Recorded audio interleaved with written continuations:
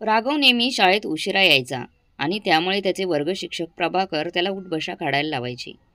एकदा तर तापाने फणफणलेल्या राघवला किरकोळ चुकीवरून त्यांनी खूप मारलं. मारता मारता त्याची पाठ लाल झाली होती. त्या दिवसापासून मग राघव शाळेत आलाच नाही. त्याचा पत्ता लावण्यासाठी प्रभाकर सर त्याच्या घरी पोहोचले. मात्र तिथलं दृश्य पाहून त्यांचे डोळे पाणावले आणि पायाखालची जमीनच सरकली. राघवच्या घरी तर मित्रमैत्रिणींनो, राघवला शाळेत जाण्यासाठी आजही उशीर झाला होता. वर्गाच्या समोर गेल्यानंतर राघव वर्गात येण्यासाठी प्रभाकर सर यांची अनुमती घ्यायला लागला. तो निरागस चेहऱ्याने म्हणाला की गुरुजी, मी आत येऊ का?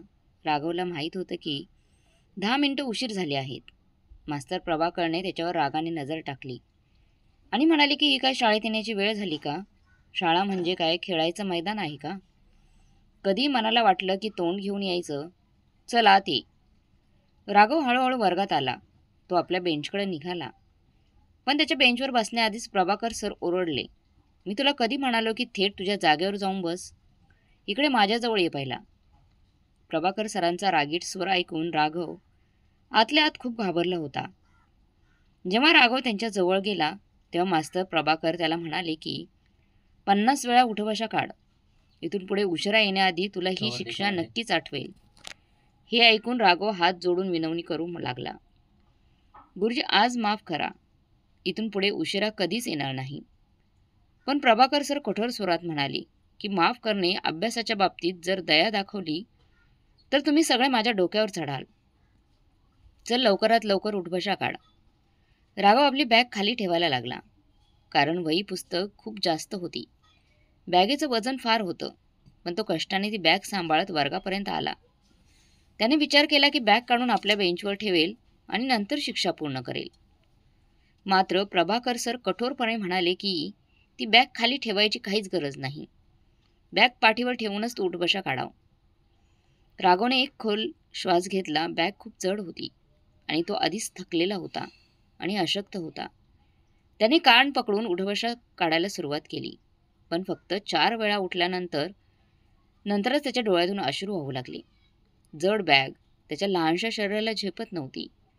10 उठबशा काढल्यावर तो थांबला आणि रडत म्हणाला की गुरुजी, अजून नाही काढता येणार, माझे पाय थरथरायला लागले आहेत. हे ऐकताच प्रभाकर सर मास्तरांचा रागाचा पारा चढला. त्याने राघवच्या गालावर एक जोरदार थप्पड मारली आणि ओरडले, शाळेत यायला उशीर करतोस तेव्हा तुला कोणताच त्रास होत नाही का? आणि कधीही नेहमीच शाळेत येत नाहीस, तुझ्यात तर जराही शिस्त नाही. थप्पड लागल्यावर राघव जोरजोराने रडू लागला. त्याच्या अश्रूंनीही प्रभाकर सरांना राग कमी झाला नाही. ते पुन्हा ओरडले, लवकरात लवकर उठाबशा काढ, नाही तर मी असे हाल करेन की आयुष्यभर लक्षात राहतील. मूर्ख मुलांना अभ्यासाचं काहीच महत्त्व नसतं. नाहीये. राघवने पुन्हा उठाबशा काढायला सुरुवात केली, पण 5व्या वेळेस त्याचं पूर्ण शरीर थरथरू लागलं. त्याच्या पायांनी साथ देणं थांबवलं. तो हुंदके देत रडत राहिला. पाठीवरची बॅग इतकी जड होती की त्याला अजिबात सांभाळता येत नव्हती. राघव अशक्तपणे थरथरत उभा होता. जणू काही त्याचं शरीर आता चालण्याला लायकही राहिलं नव्हतं. प्रभाकर सर म्हणाले की जाऊन बस तुझ्या जागेवर, पण पुन्हा शाळेत उशिरा येऊ नकोस आणि गैरहजर राहू नकोस. राघव हळूहळू चालत जाऊन आपल्या जागेवर बसला, पण पूर्ण दिवसभर त्याच्या डोळ्यातून अश्रू वाहत होते आणि तो पुन्हा पुन्हा त्यांना साफ करत राहिला. मधल्या सुट्टीतही तो आपल्या जागेवरच बसलेला होता. राघव 5वीच्या वर्गात शिकणारा विद्यार्थी होता, पण तो शाळेत अनेकदा गैरहजर राहत असल्याने वर्गात इतर मुलं त्याच्याशी मैत्री करत नसत. कदाचित याच कारणामुळे त्याचा स्वभाव शांत असावा. असं नाही की तो अभ्यासात कमजोर होता. परीक्षा झाल्यावर तो चांगल्या मार्कांनी पास होत असे. कदाचित नापास झाला नव्हता. गुरुजींनी विचारलेल्या प्रश्नांची उत्तरेही तो तात्काळ देत असे. जर तो रोज शाळेत नियमित आला असता तर त्याचं नाव हुशार मुलांच्या यादीत असतं. परंतु आठवड्यातून 2-3 दिवस तो नक्कीच गैरहजर राहत असे आणि शाळेत येताना नेहमीच उशीर करत असे. राघवला शाळेत का उशीर होत होता हे मास्तर प्रभाकर कधीच समजू शकले नाहीत. प्रभाकर सर खूप जागरूक आणि जबाबदार शिक्षक होते. त्यांना आपल्या वर्गातील प्रत्येक मुलगा हुशार व्हावा, हुशार असावा अशी तीव्र इच्छा होती. म्हणूनच ते प्रत्येक विद्यार्थ्यांवर बारकाईने लक्ष ठेवत असत. आपल्या शिक्षकी पेशाशी ते प्रामाणिकपणे होते, पण तेवढे स्वभावाचेही होते, कडक स्वभावाचे होते. त्यामुळे मुलं त्यांना घाबरून असत. कधीच असं नव्हतं की प्रभाकर सरांनी दिलेला गृहपाठ कोणी केला नसेल. जर एखादा विद्यार्थी शाळेत जास्त दिवस गैरहजर राहिला तर प्रभाकर सर स्वतः त्याच्या घरी जाऊन पालकांशी बोलत असत. ते विचारायचे की तुम्ही तुमच्या मुलाला शाळेत पाठवलं आहे की नाही. मास्तर प्रभाकर असे विचारायचे कारण नेहमी असं होतं असं की काही मुलं घरातून शाळेत जातो असं म्हणून बाहेर पडायची, मग दिवसभर खेळण्यात इकडे तिकडे भटकत वेळ घालवायची. शाळा सुटण्याच्या वेळेसही ते घरी परतायचे नाहीत आणि आईवडिलांना सांगायचे की आम्ही शाळेवरून डायरेक्टली घरी आलो आहोत. शाळेतल्या शिक्षकांना हे कळायचं ना, त्यांच्या पालकांना कळायचं. विश्वास असायचा की मुलगा आपल्या रोज शाळेत जातोय. मात्र प्रभाकर सर मुलांच्या या फसवणुकीला चांगलेच ओळखून होते. म्हणून ते अशा पद्धतीने शिक्षा देत की पुन्हा मुलं शाळा चुकवण्याआधी 100 वेळा विचार करत. आजही प्रभाकर सरांनी राघवला अशी शिक्षा दिली. शाळा सुटल्यानंतर राघव आपली बॅग उचलून खूपच जड पावलांनी वर्गाबाहेर निघाला. शाळेबाहेर जाण्याचा मार्ग मोठ्या मैदानातून होता. हे मैदान पार केल्यानंतर पुढे लाईनमध्ये वर्ग दिसायचे. एका कोपऱ्यात ऑफिस असायचं आणि पायऱ्या चढून दुसऱ्या मजल्यावरही काही वर्ग होते. ही शाळा ट्रस्टच्या याच्याखाली चालत होती. अर्धा खर्च ट्रस्टकडून भागवला जायचा, तर उरलेली फी विद्यार्थ्यांचे पालक भरत असत. प्रभाकर मास्तर यांना खूप कमी पगार मिळायचा, पण त्यांना मुलांना शिकवण्यात आनंद मिळायचा. ते म्हणायचे की माझ्या हातात असतं तर भारतातल्या कोणत्याही मुलाला अंगठं बहादर राहू दिलं नसतं. प्रभाकर सरांना शिकवण्याची आवड आणि जिद्द इतकी होती की ते प्रत्येक मुलाचा अभ्यास स्वतः चेक करत असत. जर एखादा मुलगा जास्त दिवस गैरहजर राहायचा तर प्रभाकर सर थेट त्याच्या घरी पोहोचायचे आणि गैरहजेरीचे कारण विचारायचे. पण एकदा असं कारण समोर यायचं की ती मुलं आपल्या पालकांना फसवून शाळा सोडून मोकळ्या मैदानात क्रिकेट खेळत असत आणि इकडे तिकडे भटकत असत. ही शाळा फक्त मुलांची होती आणि त्या शाळेतील मुलं खूपच खोडकर होती. त्यामुळे प्रभाकर मास्तर नेहमीच आपल्या जवळ छडी ठेवायचे. एखाद्या मुलानं मोठी शिस्तभंगाची चूक केली तर प्रभाकर सर ती छडी हातावर मारायचे, ज्यामुळे मुलांचा हात लालसर होईल. त्यानंतर ते म्हणायचे की पुढच्या वेळी अशी चूक करणार नाहीस. प्रभाकर सरांनी शाळेतील मुलांचे भविष्य उज्ज्वल करण्यासाठी स्वतःला पूर्णपणे झोकून दिलं होतं. त्यामुळे त्यांच्या शिस्तीला मुलं जितकी घाबरत होती तितकाच त्यांचा आदरही ते मनापासून करत होती. दुसऱ्या दिवशी जेव्हा राघव शाळेत आला तेव्हा तो 10 मिनिटं अगोदरच पोहोचला होता आणि आपल्या वर्गात बसला होता. प्रार्थनेला अजून 10 मिनिटं बाकी होती. तिथून जाताना प्रभाकर सर यांनी राघवला पाहिलं आणि त्यांच्या चेहऱ्यावर आपोआपच स्मित हास्य आलं. त्यांच्या मनात विचार आला की कालच्या उठाबशामुळे आता हा सरळ राहील. 10 मिनिटं अगोदर पोहोचला आहे. थोडा वेळ प्रार्थनेची घंटा वाजली. सगळ्या मुलांनी प्रार्थनेसाठी व्यवस्थित रांगा केल्या. प्रार्थना संपल्यावर सर्वजण आपापल्या वर्गात गेले. जसं विज्ञानाचा धडा प्रभाकर सर शिकवायला लागले तसं त्यांचं लक्ष प्रत्येक विद्यार्थ्यांवर होतं. डाव्या बाजूला शेवटच्या बाकावर राघव बसला होता आणि डुलक्या घेत होता. त्याला या अवस्थेत पाहून प्रभाकर सरांनी हातातला खडू सरळ त्याच्या डोक्यावर मारला. खडू अगदी अचूकपणे निशाण्यावर लागला. डोक्याला खडू लागताच राघव खडबडून जागा झाला. प्रभाकर सरांना खूप राग आला. ते म्हणाले, जागेवर उभा राहा. मी इथे जीव तोडून शिकवते आणि तू झोपलायस. तुला काही कळतं का नाही कळत? शाळेत शिकवलेलं ऐकणं किती महत्त्वाचं असतं. शाळेत झोपायला येतोस का? आता पूर्ण दिवस उभं राहून अभ्यास कर. 1 मिनिटासाठी तू खाली बसणार नाहीस. राघव घाबरत म्हणाला की गुरुजी, सकाळपासून माझी तब्येत ठीक नाहीये. हातपाय दुखत आहेत.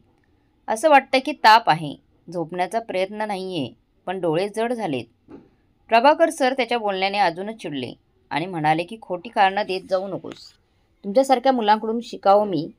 तुमच्या इतक्या वयाचं होतो तेव्हा आजारी असूनही शाळा चुकवत नव्हतो मी.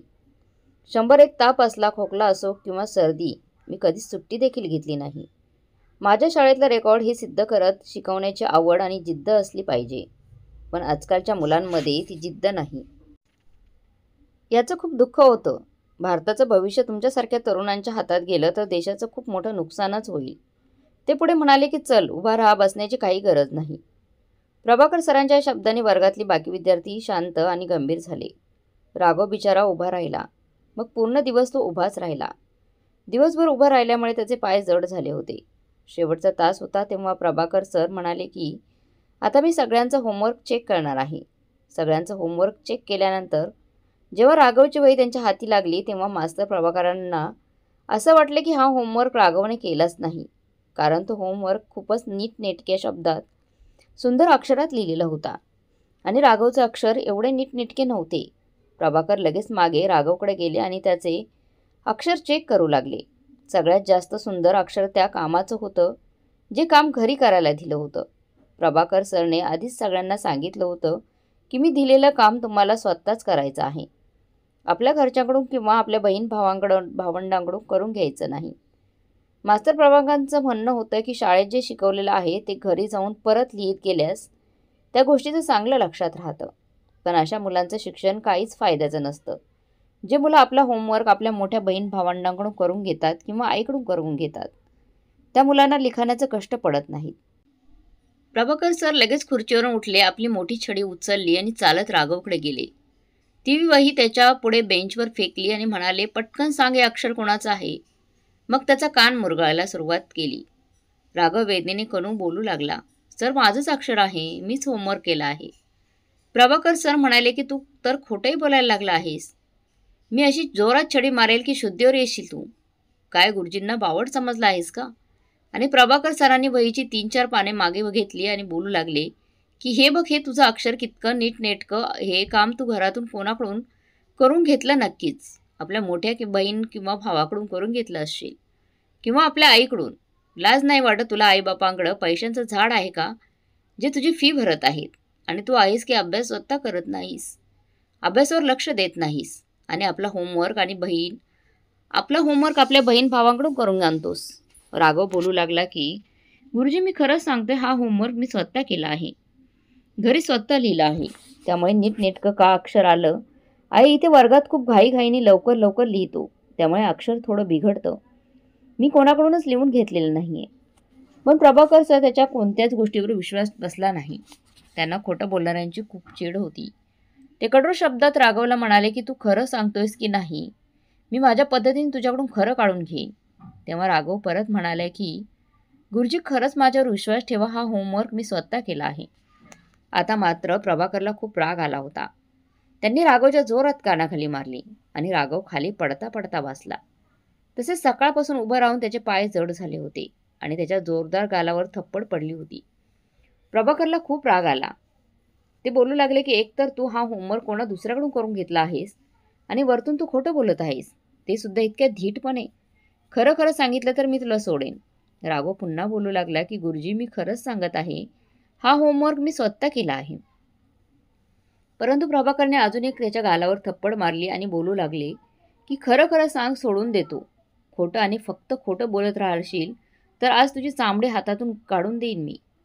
परंतु राघवसुद्धा त्याच्या मतावर ठाम होता. प्रभाकरला खूपच राग येऊ लागला, कारण प्रभाकरला त्याच्या अनुभवावरून खूप विश्वास होता. त्याचा अनुभव सांगत होता की त्याने होमवर्क कोणा दुसऱ्याकडून करून घेतला आहे आणि हे अक्षर त्याचं नाहीच. राघवच्या डोळ्यातून अश्रू वाहू लागले होते, परंतु तो त्याच्या मतावर ठाम होता की हा होमवर्क मी स्वतः केला आहे, मी कोणाकडूनही करून घेतला नाही. संपूर्ण वर्ग शांत होता. प्रभाकर सरांच्या रागाला पाहून मुलं घाबरून बसली होती. मास्तर प्रभाकर राघवला म्हणाले की स्वतःचं पॅन कार्ड आणि माझ्यासमोर याच अक्षरात 4-5 ओळी लिहून दाखव बरं, मला बघायचं आहे की हे अक्षर तुझं आहे की दुसऱ्याचं.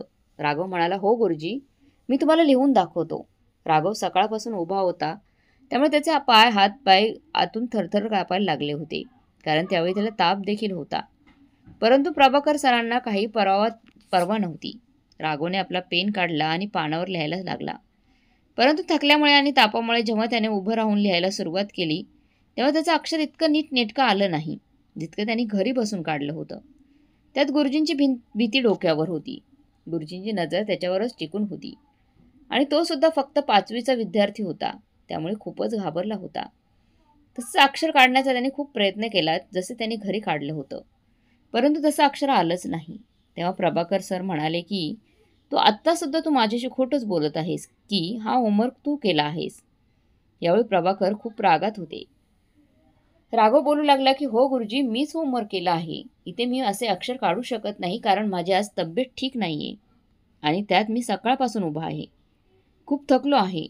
प्रभाकर म्हणाले की एक तर तू खोटं बोलत आहेस आणि वरतून तोंड चालवत आहेस, ते सुद्धा एका शिक्षकासमोर. तुझ्या नजरेत शिक्षकाचं काय महत्त्व आहे? हात पुढे कर तुझा हात, तर मी तुझे इतके हाल करेल की पुन्हा कोणता विद्यार्थी माझ्याशी खोटं बोलण्याचा प्रयत्न देखील करणार नाही आणि आपला होमवर्क दुसऱ्याकडून करून घेणार नाही. तर तू चांगल्या प्रकारे सरळ होशील. काल 50 वेळा उठा बशा काढून घेतल्या होत्या ना तुझ्याकडून, तेव्हा कसा आज सकाळी 10 मिनिटं अगोदर शाळेवर पोहोचला होतास? तुम्हा मुलांना प्रेमाने बोललेलं समजतच नाही. तुम्ही फक्त मार खाण्याच्या लायकीचे आहात. हे बोलून प्रभाकरने राघवचा हात धरला आणि छडी मारायला सुरुवात केली. आणि प्रत्येक वेळेस छडी मारताना ते विचारायचे की खरं खरं सांग, कोणाकडून होमवर्क करून घेतला आहे? राघव तेच म्हणायचे की सर, मी स्वतः होमवर्क केला आहे.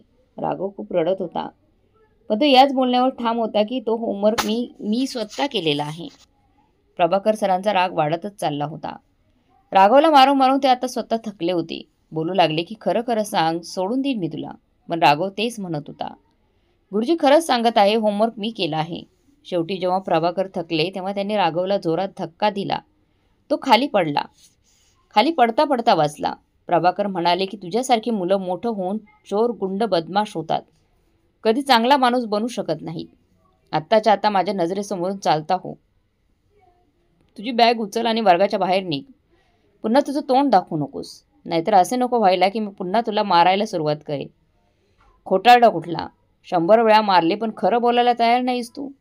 अरे कोणत्या आंधळ्या माणसालाही समजेल की हे अक्षर तुझं नाही. जर खरं सांगितलं असतं तर इतका मार खाल्ला नसता. राघव रडतच होता. त्याच्या कमरेवर हातावर छड्या पडलेल्या होत्या. पायसुद्धा उभं राहून जड झाले होते. आता हात पाय थरथर करू लागले होते. त्याचं संपूर्ण शरीर थरथरायला लागलं होतं. त्याने बॅग उचलली आणि वर्गाच्या बाहेर गेला. अजून सुट्टी होण्यासाठी 10 मिनिटं बाकी होती. तो आपल्या शाळेच्या बाहेर गेला. दुसऱ्या दिवशी की तो शाळेत आला नव्हता. तेव्हा प्रभाकर म्हणाले की बघितलं का मुलांनो, परत त्यांनी सुट्टी घेतली. अशी मुलं कधीच जीवनात सफल होत नाहीत. एकतर खोटं, आणि तेही इतक्या धीटपणे बोलत होता. एवढा मार खाऊन सुद्धा खोटंच तो बोलत होता. खोटंच बोलत राहिला आणि आता सुट्टी घ्यायला लागला. मला तर समजतच नाही की तुमचे आईवडील तुमच्यावर लक्ष का देत नाहीत. त्यांची इच्छा असते की मोठे होऊन आपल्या मुलांनी आपलं नाव कमवावं, ऑफिसर व्हावं, डॉक्टर व्हावं, पण शाळेत पाठवताना लक्ष देत नाहीत. प्रभाकर सरांनी वर्गात येताच आधी राघवबद्दल पोरांना सांगितलं.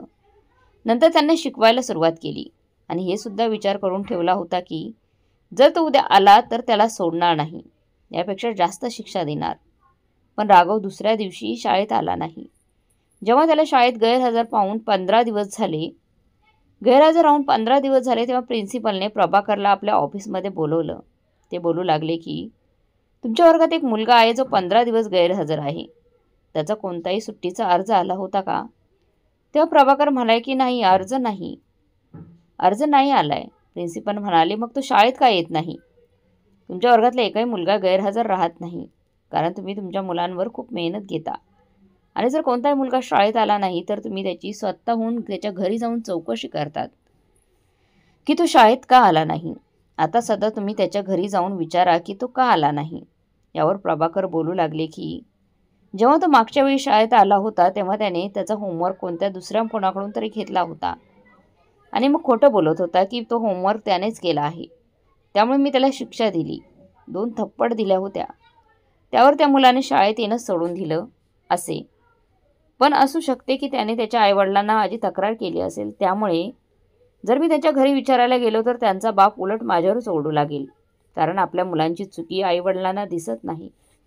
शिक्षक जर मोठ्या आवाजात बोलू लागले किंवा 2 थप्पड जरी दिला तर शिक्षकालाच वाईट बनवलं जातं. तेव्हा प्रिन्सिपल बोलू लागले की नाही असे होणार नाही. अशी कोणतीही गोष्ट नसेल. तुम्ही त्याच्या घरी जा आणि माहिती करून घ्या की तो मुलगा शाळेत का येत नाहीये. कारण तो कधीच नापास झालेला नाही. तो कमी वेळा शाळेत आला असला तरी त्याचे मार्क सगळ्या विषयात चांगले असतात. असे सुद्धा कधीच झाले नाही की 15 दिवस तो मुलगा लगातार सुट्टी घेत असेल. तेव्हा प्रभाकर म्हणाले ठीक आहे, मी त्याच्या घरी जातो. मला कृपया त्याच्या घराचा पत्ता द्या. प्रिन्सिपलने रजिस्टर उघडून राघवच्या घराचा पत्ता दिला. त्याच संध्याकाळी प्रभाकर सर राघवच्या घरी पोहोचले. दरवाजा वाजवला, पण पहिल्या वेळेला कुणी दरवाजा उघडला नाही. दुसऱ्या आणि तिसऱ्या वेळेला दरवाजा वाजवला तेव्हा एका माणसाने दरवाजा उघडला. त्याची दाढी खूपच वाढलेली होती आणि त्याचा अवतार सुद्धा खूपच विचित्र झाला होता. प्रभाकरने विचारले की हे राघवचं घर आहे का? तेव्हा समोरच्या माणसाने उत्तर दिलं की हो, हे त्याचंच घर आहे आणि मी राघवचा बाप आहे. हे ऐकून प्रभाकरने एक खोल श्वास घेतला आणि बोलू लागला की तुमचा मुलगा 15 दिवसापासून शाळेत येत नाही, गैरहजर आहे. मी त्याचा क्लास टीचर आहे, त्यामुळे विचार केला की त्याच्या घरी जाऊन विचारतो. प्रभाकर सर बोलतच होते की राघवचे वडील जोरजोरात रडू लागले आणि बोलू लागले की तो कधी शाळेत येणार नाही. मास्तर साहेब, त्याचे वडील रडता रडता प्रभाकरच्या गळ्यात पडले आणि बोलू लागले की माझा मुलगा आता या जगात नाही. हे ऐकून प्रभाकरच्या चेहऱ्यावरचा रंग फिका पडला आणि ते म्हणायला लागले, काय काय झालं होतं त्याला? कसं काय वारला तो? राघवचे वडील बोलू लागले की माझा मुलगा खूप आजारी राहत होता, पण त्याला शिकण्याची खूप आवड होती. सारखा सारखा त्याला ताप येत राहायचा. मी मोठ्या डॉक्टरांना दाखवले, पण कोणालाच त्याचा आजार कळला नाही. जेव्हा काही टेस्ट केल्या तेव्हा कळालं की त्याला कॅन्सर आहे. मी त्याला सारखं सांगायचो की तू घरीच आराम कर, पण त्याला शिकण्याची खूप आवड होती. ज्या दिवशी त्याची थोडी तरी तब्येत ठीक असायची तो शाळेत जायचा, पण यावेळी जेव्हा तो शाळेतून आला तेव्हा खूप रडला. खूप रडत होता. मी विचारलं तेव्हा तो म्हणाला की शरीरात खूप वेदना होत आहेत, मला खूप ताप आला होता आणि तो ताप वाढतच चालला होता. त्याच्या हातावर आणि कमरेवर लाल लाल चट्टे पडले होते. त्याला मी विचारले की हे चट्टे कसले आहेत, कुणी तुला मारले का? पण तो म्हणाला नाही, ॲलर्जी आहे. हे ऐकून प्रभाकर आपल्याच नजरेत खूप मोठे शर्मिंदा झाले, कारण ते लाल चट्टे त्यांनी मारलेले छडीचे होते. त्याचे वडील म्हणू लागले की माझा मुलगा आता मरून गेला आहे. तू खूप मेहनतीने घरी बसून अभ्यास करायचा, आपला होमवर्क करायचा. मी जेव्हा त्याची वही आणि पुस्तक बघतो तेव्हा मला खूप रडायला येतं. हे ऐकून प्रभाकरला वाटलं की जणू त्याच्या हृदयाचे तुकडे तुकडे झाले आहेत आणि आपल्या डोळ्यात येणारे अश्रू तो थांबवू शकला नाही की तो राघवला चुकीचं समजत होता. तो बिचारा मुलगा इतक्या मोठ्या आजाराशी लढत होता आणि त्याच आजारासोबत तो शिकायलाही येत होता, फक्त यासाठी की त्याला शिकण्याची आवड होती. प्रभाकरला आठवू लागलं की जेव्हा राघव शाळेत यायचा तेव्हा तो नेहमी थकलेला असायचा. कायम त्याचं शरीर गरम असायचं. त्याचे डोळे झोपेमुळे जड असायचे. मुलांसोबत खेळतसुद्धा नव्हता, फक्त आपल्या वर्गात पुस्तक वाचायचा. त्याच्या डोळ्यात कायम उदासी असायची. जसजसे प्रभाकर राघवबद्दल विचार करू लागले तेव्हा त्यांच्या डोळ्यातून अश्रू वाहतच होते आणि जेव्हा त्यांना त्याच्यासोबतचे वागणे आठवले तेव्हा प्रभाकर सर सुद्धा जोरजोरात रडू लागले. त्यांचं मन करत होतं की मी पुन्हा भूतकाळात जाऊन राघवला जोरात मिठी मारावी.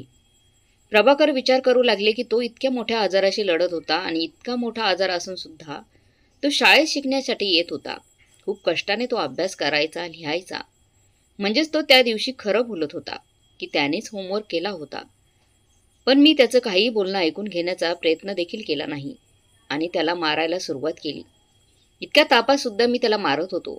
जसजसा प्रभाकर विचार करत होता त्यांची तब्येत बिघडू लागली.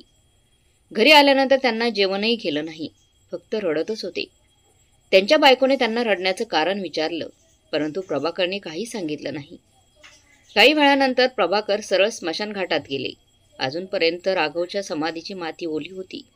वर गुलाबाच्या पाकळ्या पडल्या होत्या. त्याच समाधीजवळ प्रभाकर गुडघ्यावर पडले आणि जोरजोरात रडू लागले. आपले हात जोडले आणि बोलू लागले की राघव बाळा, मला माफ कर.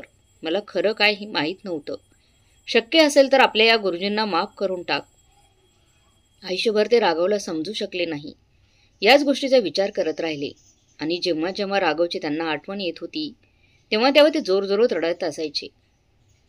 मित्रमैत्रिणींनो, बऱ्याचदा शिक्षक आपल्या मुलांना, जे स्टुडंट असतात त्यांना येत नाही किंवा चुकीचं वागतात म्हणून मारतात, पण एकदा तरी त्यांची करुण कहाणी ऐकावी असं मला वाटते. तुम्हाला काय वाटते कमेंट बॉक्समध्ये नक्की कळवा आणि आजची कथा चांगली वाटली असेल तर लाईक, शेअर, सबस्क्राईब नक्की करा. धन्यवाद.